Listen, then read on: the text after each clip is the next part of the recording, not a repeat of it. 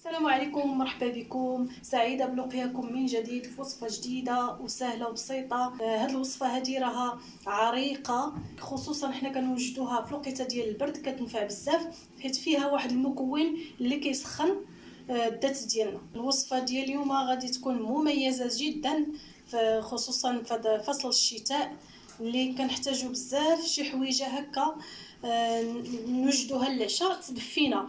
هاد الوصفه هذه راه يمكن لكم تناولوها حتى في الفطور، فهي زوينه بزاف، مكونات ساهله، ما كتعذب ما كتمحن، دغيا كتوجدوها، ولكن راه عندها فوائد عاليه بزاف. الوصفه ديال اليوم غادي تكون ان شاء الله من السميده ديال الذره او البلبوله ديال الذره او الحسوه ديال الذره، كما بغيتو تسميوها، فالاسماء كتختلف على حسب المناطق. فغنحتاجو تقريبا واحد زليفه هكاك، فالكميه نتوما يمكن لكم تزيدوا او تنقصوا اللي بغيتيو. وغادي يكون المكون اللي قلت لكم كيكون زوين بزاف وكيسخن الذات ديالنا هو النفع، راه من الاسم ديالو راه النفع كينفع. غادي نحتاجو كذلك زويته بلديه حتى هي اساسيه ومليحه.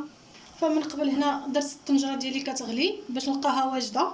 غادي ندوز دابا السميده ديال الذره، غادي ناخذها من بعد ما نقيتها، لان ضروري تنقيوها، ربما تلقاو فيها شي حاجه هكا. غادي نغسلها عاديه بحال اي السميده ديال الشعير بنفس الطريقه. فالسميده ديال الذره حتى هي راه فيها النخاله ديالها، كتكون واحد النخاله بيضه هي كتطلع فوق الماء. غادي نصفيوها بهذا الشكل غير بشويه، تنخرجوا منها داك النخاله. نقدروا نغسلوها 2 جنوبات حتى 3.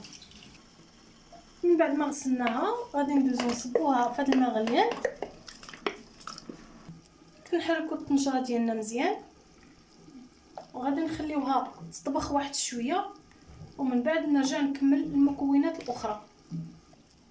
فمن بعد ما غلات وعاودات مزيان غادي نرجع نضيف شويه ديال الملحه على حسب الذوق. النفع البلدي فهاد السميده ديال الذره كيواتيها النفع البلدي، كل ما درتو النفع البلدي كيكون احسن. راه النفع فيه شي 3 الانواع، فدائما اختاروا النفع البلدي، كيكون فيه المذاق كيكون زوين بزاف. غادي نحتاج واحد 2 معالق كبار صافي، وكنحركو هكا وكنخليوها كطيب على خطره، وحنا كنحركو مره ونخليو الطنجره ديالنا هكا مفتوحه بلا غطا على حسب داك الكشكوشه. راكم عارفين دائما السميده ولا البلبوله ولا السميده ديال الذره دائما كيديروا داك الكشكوشه في الاول حتى كدوز واحد المده كتقرب الطيب عاد كتنقص منها داك الكشكوشه. فهنا نبقاو واقفين هكا مره نحركوها صافي. هنايا السميده ديال الذره ديالنا بدات كتطيب، هي قريبه توجد.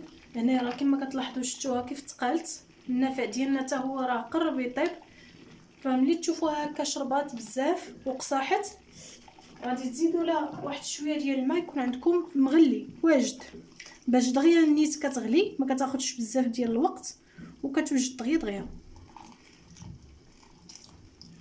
هنا غادي نديروا لها القياس ديالنا اللي كنبغيو، ما جاريه ما قاصحه، خير الامور اوسطها. فهنايا رجعنا نحركو مزيان حتى كنشوفوا لها القياس اللي بغينا صافي. هي قريبه توجد. غادي نرجع نزيد زيت البلديه فاش كتقرب طيب لنا، لان زيت البلديه كنضيفوها في الاخر كتعطي واحد المذاق زوين وكتبقى صحيه.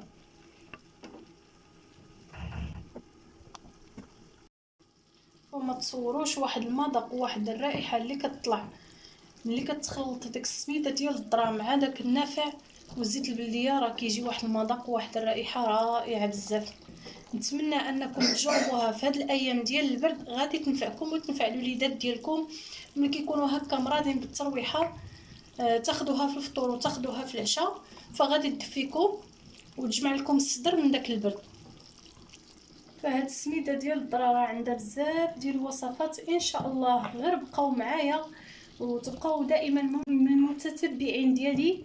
فغادي نقدم لكم جميع الوصفات ديالها ان شاء الله، منها الكسكسو، منها الحريشات، منها بزاف ديال بزاف راها عديده، هي عديده الوصفات. فهاد الوصفه هذه ديال كنحضر معكم راها زوينه، اللي كيعجبو الحليب تقدروا تزيدوه معاها هكا حتى الاخر فاش تبغيو تضيفيو عليها، وزيدوا القياس اللي بغيتيو ديال الحليب. هنايا السميده ديالنا هي واجده، كتجي رائعه لذيذه بزاف. القياس ديالها هو هذا، ما جاريه ما قاصحه، هي راه ما كتاخذش الوقت بزاف في الطياب بحال البلبوله دغيا كتوجد. فكنتمنى انكم تجربوها وبالصحه والراحه. دابا غادي ندوز معكم للشكل النهائي وطبق التقديم. فهذه هي السميده ديال الذره اللي حضرت معكم اليوم بالنفع البلدي والزويته البلديه، كتجي صحيه ورائعه ومهمه بزاف للذات ديالنا، خصوصا في فصل الشتاء اللي كيكون بارد بزاف. فهاد الوصفه هذه كتدفينا وكتساعد الذات ديالنا نخرجوا منها داك البرد اللي كيجينا داك الترويحه مجهده. فكنتمنى انكم تحضروها، راها زوينه بزاف غادي تعجبكم ان شاء الله. فالنفع فيه مواد زوينه بزاف للصحه ديالنا، وكذلك السميده ديال الذره فما نعاود لكمش عليها، راها كلها فوائد صحيه 100%. خصوصا الناس ديال السونغليتان يديروا هاد الوصفه هذه، راها زوينه بزاف. فوق الوصفات الاخرين هما يديروا هاد الوصفه هذه ويتناولوها، راها رائعه وغادي تعودوا عليها ان شاء الله وتعجبهم. فكنتمنى منكم انكم تشجعوني وتزيدوني في التشجيعات، لان هاد الوصفات هادو راهم كيستحقوا منكم التشجيع. كنتمنى انكم تبقاو دائما معايا في تواصل. شكرا لكم، نتمنى هذا الطبق ديال اليوم يعجبكم وتجربوه.